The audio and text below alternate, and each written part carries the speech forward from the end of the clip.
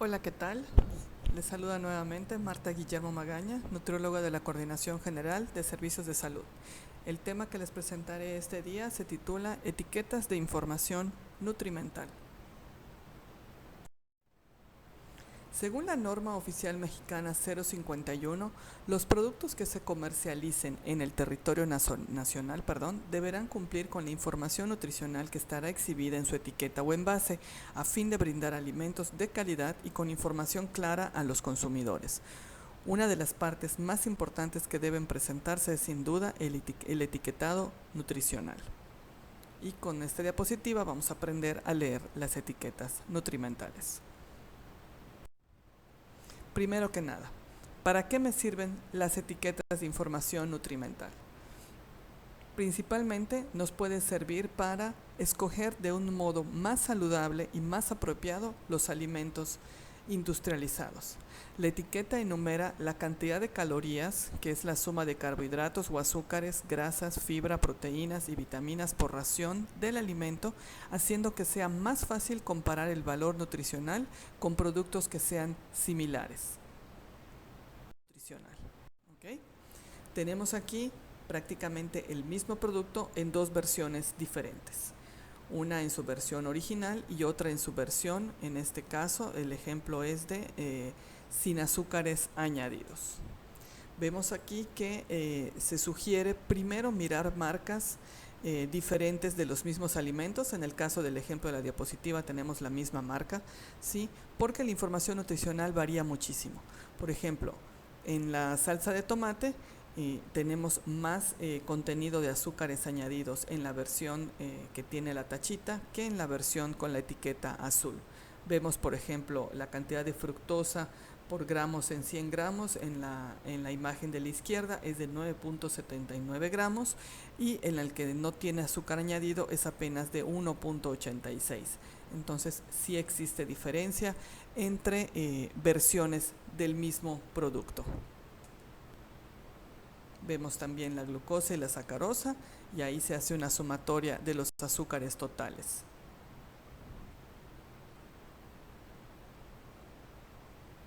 De 21.18 cambia a 3.87 en la versión sin azúcares añadidos. Tenemos estos 5 sellos de advertencia que vemos que son exceso de calorías, exceso de azúcares, exceso de sodio, exceso de grasas saturadas y exceso de grasas trans. Y también se incluye una etiqueta más cuando nos advierten sobre el contenido de edulcorantes y también la leyenda de evitar en niños y también en mujeres embarazadas. Algunas veces cuando el empaque del alimento es muy pequeñito y no pueden ponernos todos los sellos, se ampara la industria alimentaria con estos sellos que son muy simples y que dicen un sello, 2 sellos, 3 sellos, ¿no? Entonces, mientras más sellos incluye el empaque, pues está todavía más procesado nuestro producto.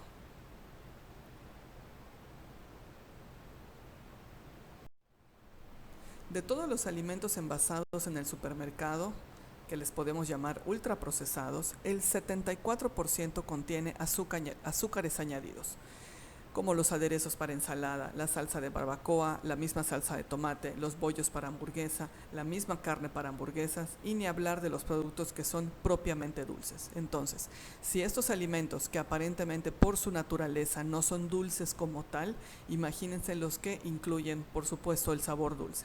Cuánto mayor contenido de azúcar incluyen. Los azúcares añadidos pueden estar disfrazados con todos estos nombres en su etiqueta nutrimental: jarabe de maíz de alta fructosa, jarabe de maíz, glucosa, azúcar refinada, sacarosa, dextrosa, maltodextrina, por mencionar únicamente unos cuantos.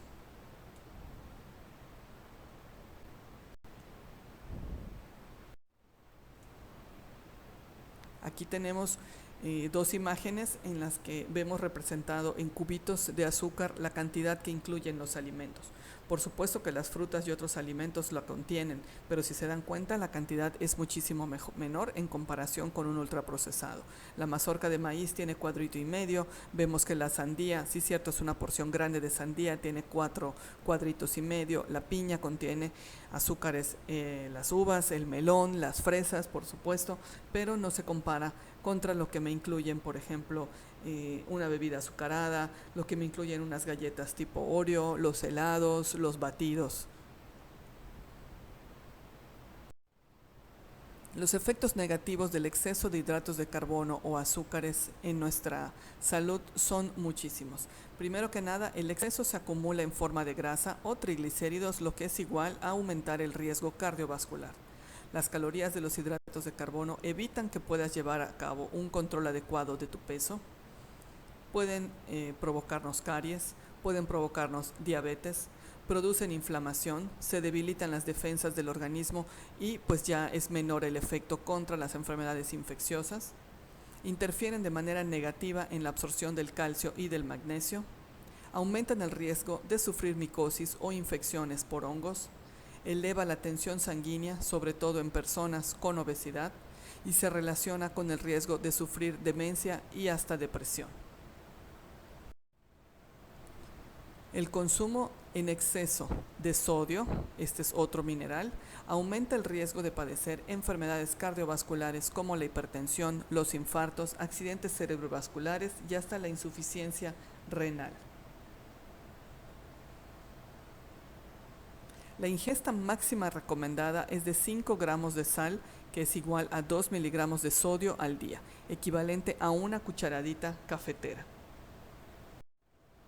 Pero si tenemos en cuenta que nuestros productos industrializados están llenos de una cantidad de sodio precisamente por ser un conservador, ahí tenemos de manera disfrazada el sodio en estos nombres: glutamato monosódico, bicarbonato, levadura en polvo, nitrato de sodio, sulfito de sodio, benzoato de sodio, por mencionarles algunos.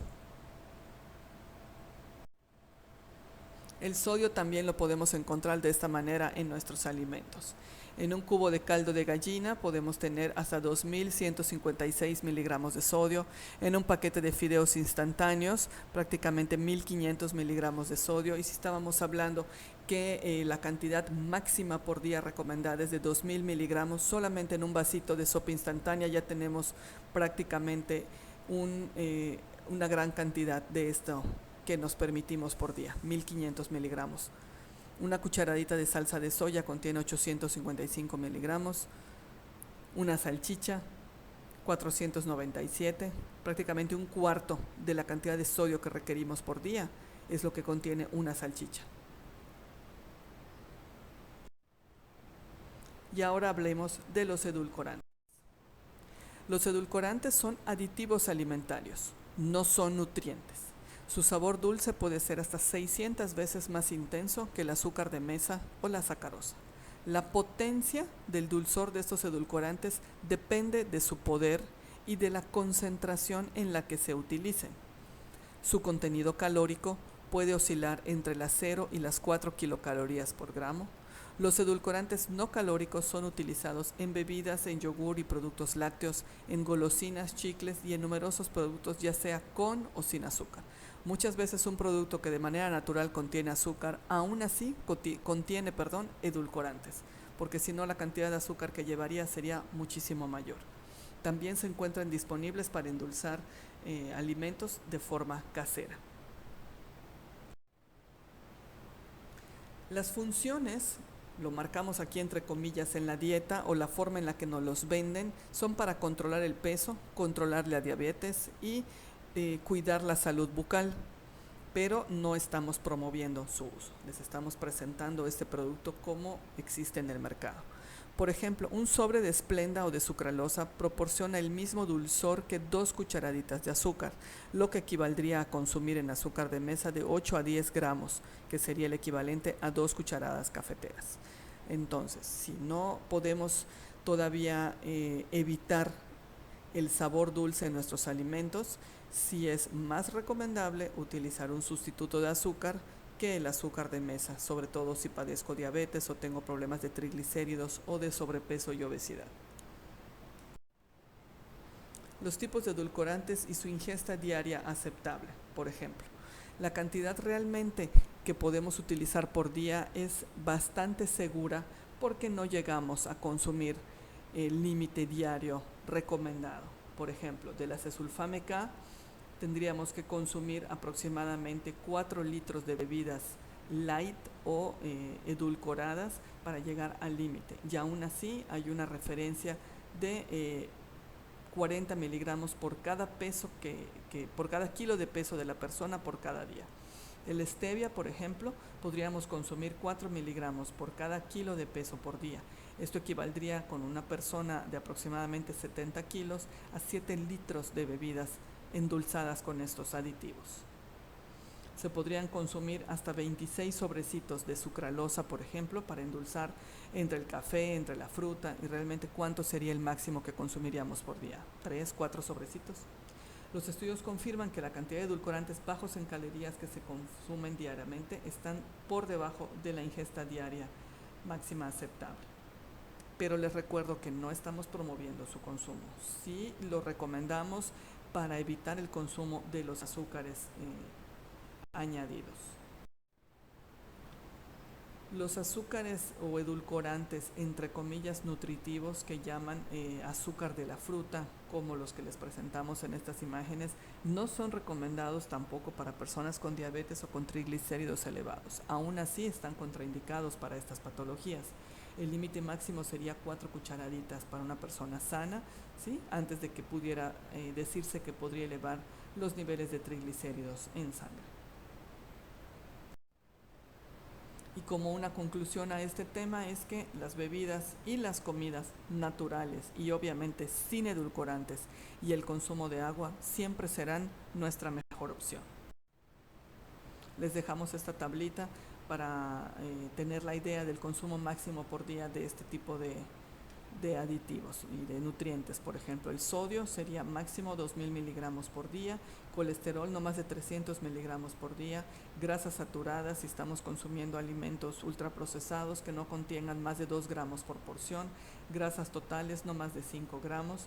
Si estamos buscando, por ejemplo, el control de la cafeína, tener en cuenta que un límite o un promedio aproximado por día sería de 300 miligramos. Si tomamos en cuenta que una taza de café regular tiene 80 miligramos, una taza de refresco de cola 37.2 miligramos.